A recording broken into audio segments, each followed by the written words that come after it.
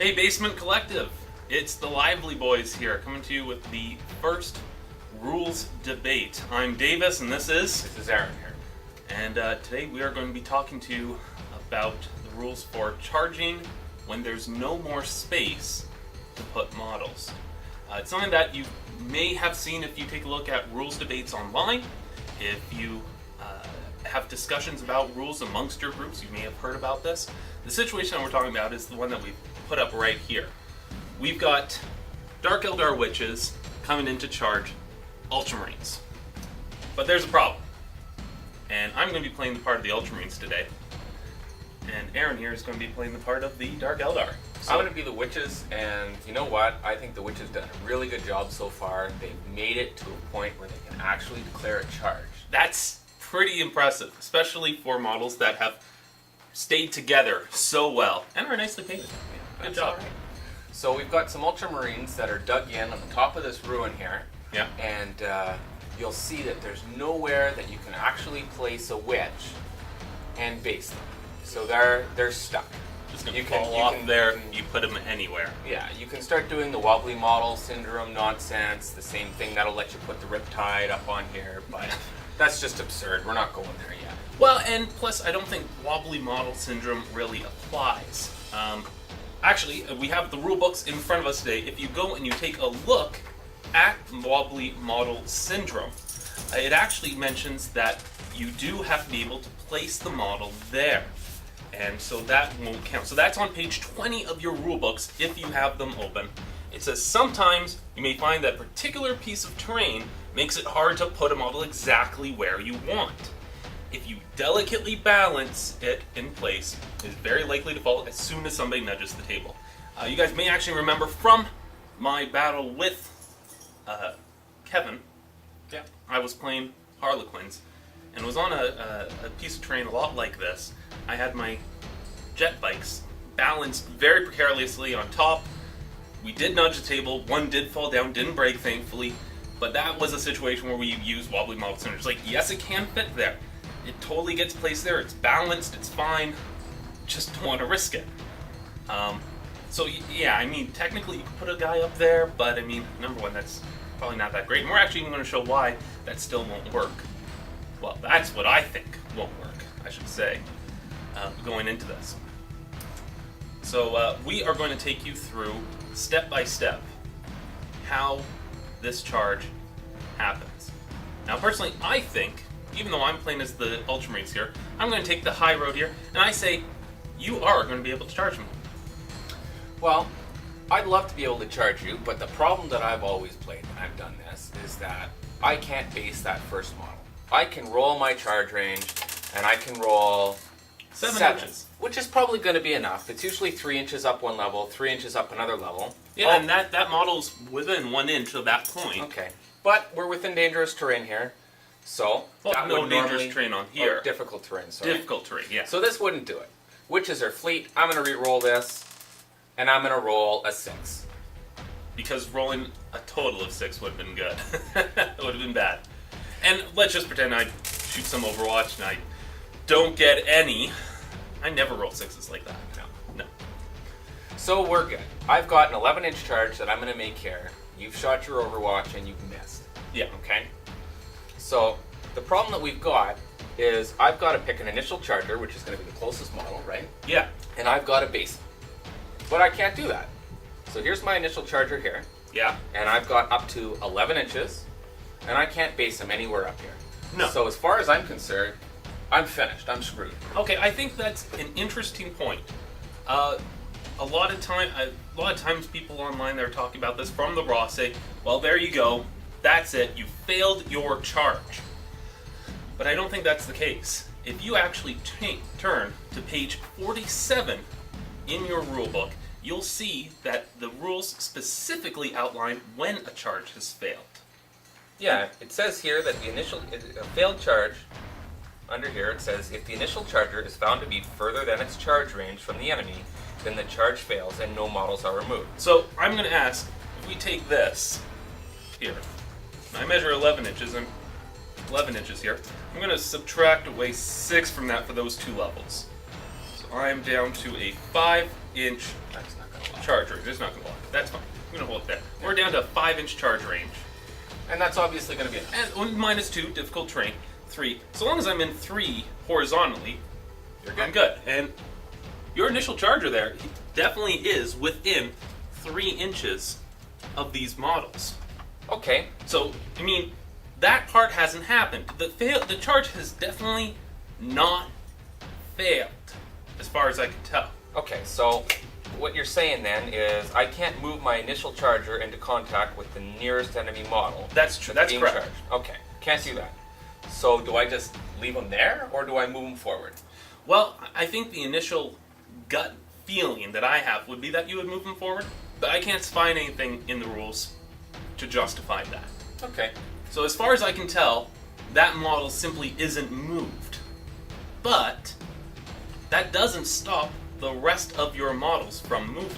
So after moving the first model in the unit, which I'm going to not do because I can't satisfy the requirements of basing you. That's correct. So after moving the first model in the unit, you can move others in any sequence you desire, provided you abide by the conditions of a charging model must end its charge move in a unit coherency with another model in its own unit that's already moved.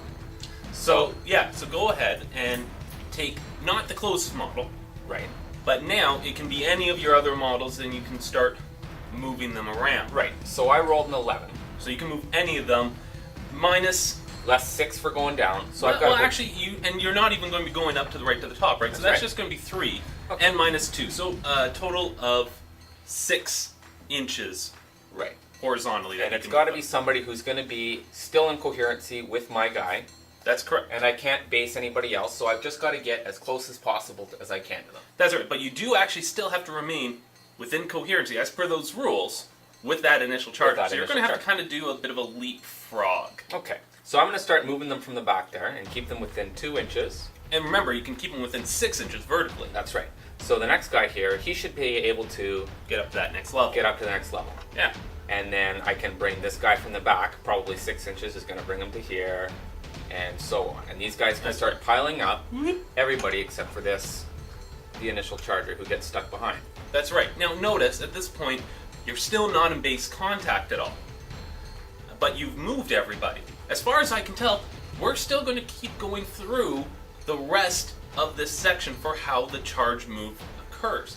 And there's a very important paragraph that happens right after we've met all these criteria and we've moved all the models. Yeah, so if we followed the sequence correctly, we'll end up with all of our models in the charging unit in coherency. I think you'll agree that's the case. Yeah. And we've engaged as many enemy models as possible, Which is 0. which is 0, because we can't base any of them. That's correct. And it goes on to say that the 2 units are now locked in combat. And that's the important thing. You're now locked in combat. We may not be touching, but we're still locked in combat as per that rule. So the next thing what we were talking about here is that I said, right here in bold, Davis, it says, if a unit has 1 or more models in base contact with an enemy model, for any reason, then it's locked in combat. That's in bold. We haven't satisfied this, so how can we be locked in combat? There's a very specific explanation for that. You're kind of jumping the gun. You're thinking, well, that's in bold. That's got to be really important. That's got to be the most important thing. But once again, trying to keep to the raw as much as possible. If you go to page 4 of your rule book, it actually does have a note saying, as you read through the rules, you will notice some text in bold, like this.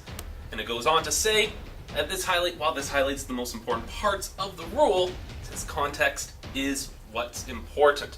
This should not be mistaken for representing the whole rule, as the surrounding text often confers context and relevant exceptions. So as far as I can tell, even though that bolded part seems really set in stone, you're still locked in combat because that rule says you are.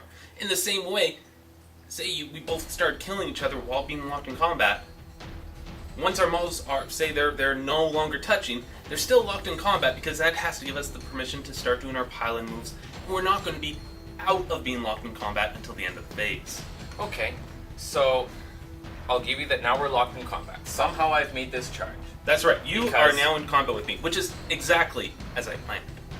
I hope. So we're in combat, and my witches, I don't even think that they have plasma grenades. They don't have plasma. No. Oh man, that's you used great. to be able to get plasma grenades on the whole squad on the side right. They would have this. So you're saying grenade you're pack? going last in combat now? Yeah, my Initiative 5 witches with a 6-up armor save are going last. Okay, so that means now it's my go to start. We're going to actually go right ahead. We're going to go past the charging part. We're going to go into the fight subphase. Yeah, And at this point now, I am going to start my pile-in moves. This right. is a combat. We are locked in combat. That makes this a combat. yes. And since I have a 3-inch pile-in move, that means my guys from the top now come down the flight to engage your witches. That guy right to there. Actually, he's going to have to go down. Try to go as perfectly vertically as possible because this is 3 inches. And right there, no. But right behind them, Yeah, I'd say you can base. we're going to say that. And let's say, hey, you know what? I'm having a hard time moving anything else around there. Actually, there's a space right behind there for my chaplain, but I'm going to leave him like that for the purpose of this video. But as you can see, I have now moved my Space Marines into base contact with you.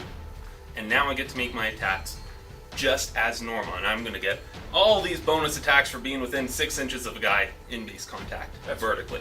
Okay, so I think we've got that sorted out. That's right. Now, say the situations were reversed and I was charging Aaron's guys at the top. In that situation, because you have... Well, actually, that kind of doesn't really make Doesn't sense. quite work. Let's say you had grenades. Hey, that's a good idea. That's great. Let's say you have an Archon with those guys. Yes. And the Archon has a grenade. I hope. I hope. I don't even know. Hold on, let me go get an Archon. Alright, we'll be right back with an Archon. Alright, so we're back. And now we have an Archon. And we have given him grenades. Yes. So now, Aaron, you charged up. My guys have not, as the case would now be, gone into combat with you. So they're now still up there. But you're at initiative 5. In fact, my Archon's initiative 7. Big Wow. deal. Big deal. Now, he doesn't confer those grenades to the squad. It's just for him. It's just for him? It's just for him. Okay, so let's say that he's gone in there, and he's close by, and he's up on this level here. He's ready to lay the hurt. Great. Now it's your consolidate move. I still can't base. You still can't base. You can't get up there. Nothing's going to happen. Your Archon, unfortunately, loses his attacks. There's none of your models in base contact. There's no models that are within base contact. Definitely, this ruling, the way it functions, as far as we can tell, does give a little bit of preference to guys with lower initiative that are holding ruins or holding any terrain that falls under this kind of restriction. Yeah, I'd have to agree again. Because you pile in an initiative, he still can't base, he's not engaged, so he doesn't get his attacks. All he does is he gets in the way and he gets stuck in the ruins. That's it. It really, really slowed him down. It totally did. So I think that kind of puts that to bed then. I think so. Now, there's an interesting situation that we kind of came up with while we were doing this. And to do that, we're going to stuff this. This is the first of 2. We're going to stuff this ruin up even more of your guys. Because you might be saying, well, Davis, what happens if you're in a situation where you made your charge? I guess that initial charger should stay down there, but whatever for this purposes. There's an extra one there. What if you can't consolidate up and I can't consolidate down? What happens then? Well, we were locked in combat during the charge phase. We've gone through the fight sub phase, and we don't have any models engaged with each other because after the initial charge, Yeah. when we decided that we were explicitly locked in combat, now we don't have any models based. So what's going on? As far as I can tell, no blows are struck. We go through all the initiative steps. Nothing happens. We all stand around looking silly. Drawn combat. It's a drawn combat. Actually, that's kind of hilarious. There are some items out there that care if you're drawn combat. I got this banner, or I got this. I get +1. I get my +1 combat resolution. Yeah. So it's possible that could affect things. But generally speaking, by the end of this combat, by the end of the phase particularly, we're no longer in base contact, and that means we're no longer locked in combat. As So- that is something that happens at the end of each phase. So that would allow some assault marines or something else to charge in on those witches. Or these Or guys to can even shoot shoot them, get down from there, try to do something else. Yeah, I guess it'd be possible where you get into a situation where you're almost kind of eternally in that little locked struggle. The chances of both levels being to that point, pretty rare. I'd have to agree. But could happen, Yep. and if it does, there's simply no way around it. I'll tell you what though, this is another situation where as soon as 7th edition hit, all the rules for terrain went away. Yeah. And instead, they very explicitly say in here, come up with data sheets for all your terrain. Come up with specific rules for how you want to handle nonsense. So, by and large, ruins are do what you want in a ruin.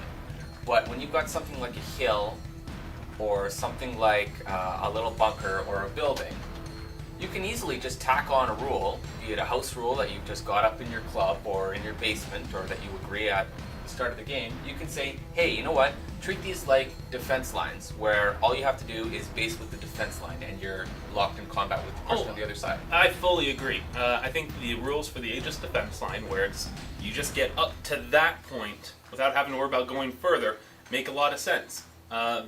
Who cares if I can't physically place a guy in between? You know, if you've got a witch right here, and I got a space marine over here, and I make a 6-inch charge or 5-inch charge, like not enough to get around the ruin, but enough just to get up to that point right there.